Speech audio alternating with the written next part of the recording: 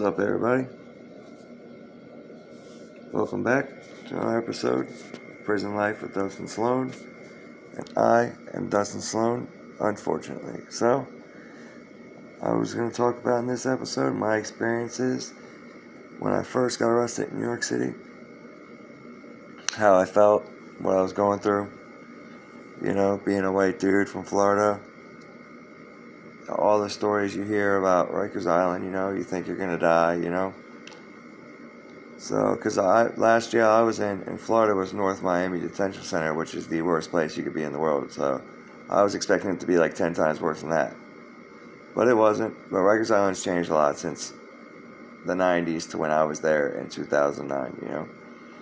So, but my experience was, you know, I get set up by an undercover cop that says he's here working on Yankee Stadium from Ireland. So, he gets me with the whole no one will serve me because I'm white, because I just got to Harlem and I was going through the same thing, so I fell for it. And I said, hey, listen, I'm going to give you something.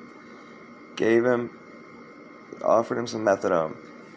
I said, all right, here. I pull out the bottle, expecting him to drink it. He takes out a bag and dumps the methadone into a fucking bag. So every bell in a dope fiend's head is going to go off from that. If you're sick, you're drinking that shit instantly.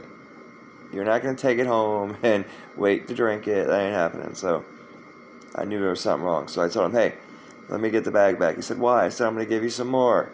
He said, okay. Gave me back the bag. I drank the whole bag, drank the rest of the bottle I had, threw it on the ground, walked away. He runs back up to me and puts $20 on my chest. I don't touch it, nothing. It hits the ground. I keep walking.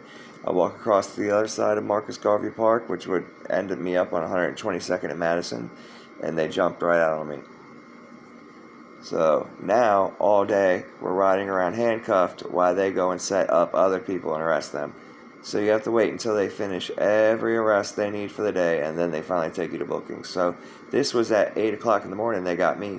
We didn't make it to the precinct till 5:30 that afternoon, you know. So they torture you with that, you know. Then, you know, they don't do anything right. They never want to feed you. They never want to book you in. They want you to tell any doctor you see that you're perfectly fine. You need no medical attention, so that you'll just get put into the tombs and they'll be done with you, you know. But if you're smart, convict, you know, keep going back to the hospital. Keep going back to the hospital, and they'll put you in something called the special unit, which you'll get sent to the judge right away, and you'll be in a cell by yourself. So you won't have to be around all that fucking people kicking, people trying to rob each other, people fucking sleeping on the floor on peanut butter and jelly sandwiches. There's shit everywhere. It stinks terribly, you know. So you can avoid all that, you know. So finally I get there, get done with that, see the judge, get remanded for like a $20,000 something bail for direct sale to a police officer. They're saying because I had marked money, even though I didn't. I never took any money from it. But you know, whatever the cop says goes, you know. So they're offering me, you know, 3 to 7 at first for it. I don't take it. I lay up. They come back to me eventually with a 1 to 3. I eventually ended up taking that and going upstate. But my first Rikers Island, you know, introduction was that, you know. So we get to C95, you know, and we're in the bullpens. You know, the bullpen therapy is the worst part of it all. You know, you're starving, you're dope sick, because I was on methadone and like a 2 bundle a day habit of heroin, and I was taking 5 to 10 sticks a day, you know, because me and my wife were doctor shopping and getting large amounts of pills at the time, you know, Xanax, Adderall, you know, anything you name, we were getting, you know, and we were just getting fucked up, you know, and that's what led to this, you know. You just get out of hand, you get arrogant, you think it's all good. It's not, you know. So now I'm laid up in Rikers Island, not knowing what's going to happen, and then I find out that if you have a felony, they detox you in Rikers Island. So that's like the worst thing you could tell a dope fiend, you know, is that they're going to take your methadone, you know. So I fought until eventually I got myself into a stupid situation where the judge says, all right, well, I'll give you 2 bullets running wild on the island then. You know, so instead of going upstate and doing 9 months, I ended up doing, you know, a 2-year sentence on the island just to stay on methadone. You know, that's pathetic, you know, how pathetic I was to do it, you know.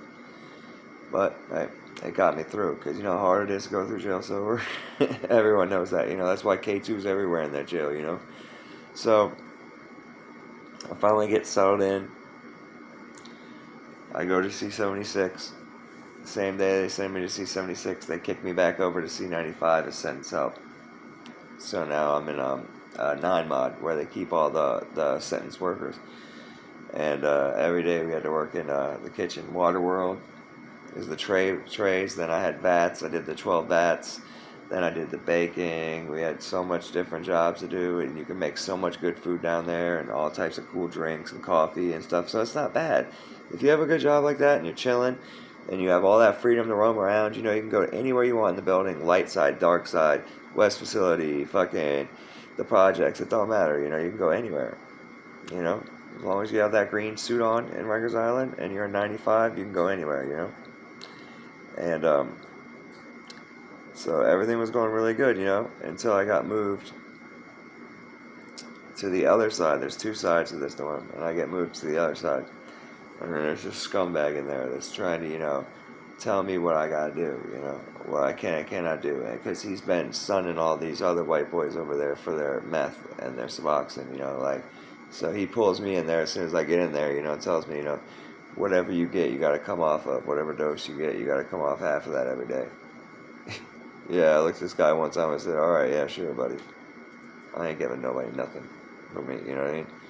So, night came, get my shit, I come back in, he's like, yo, where's my shit?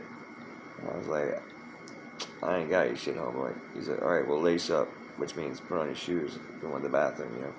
So I do so, you know what I mean? Then once we start fighting, you know, we break through like a stall and stuff. We're getting, you know, back and forth. I'm not beating him up or nothing. I'm not saying nothing like that, but I held my own, you know.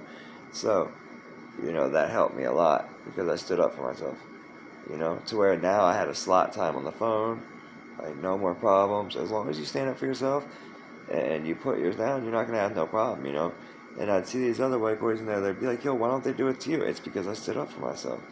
They're like, oh, can you help me? Yeah, I could help you. Stand up for yourself. Show them you're not going to take no shit. Fight, and you won't be bothered again. They just don't have the heart to do it, you know? It's sad, you know? And that's the thing I don't like about Rikers Island. It's like everyone's there to finesse rob a motherfucker. They're not gangsters. They're not robbing you to your face. They're acting like they're your friend, you know? That's the pussy shit. Like, you know, because I've had dealings with booty bandits in there where the motherfucker tried to get me drugs, even though I was selling drugs. So he was trying to do business together so that we can make money together. But in actuality, all he was doing is trying to get me into debt with him so he could try to take my ass. You know what I mean? And then when that never occurred, you know, he started pouting outside of my cell, walking back and forth. And at this point, I have no idea. I think he's a gang banging homie that's holding it down, you know? So he's pacing back and forth from the cell. I'm thinking something's about to go down. You need help with something, brother? Let me know. I got you, you know? Because we're doing business together and stuff. But no, he's like, yo, you know what I want, white boy? You know what I want? I was like, nah, I don't. He's like, yo, I want that ass. And he tried to go in the cell at me. That's when I just had to pop the bottle on him. He's bigger than me. He got the better than me. But I bit him, punched him, I kicked him in the nuts. I raked his eyes. I did everything, bro. In jail, there is no rules. I'm doing anything to hurt you. And especially if you're talking about raping me, you're going to have to kill me to do that, you know? But that was just a short story from one of the millions of stories I have from Rikers Island. So if you guys got anything you want to know about Rikers Island or anything like that, or any questions for me, hit me up, bro. Peace.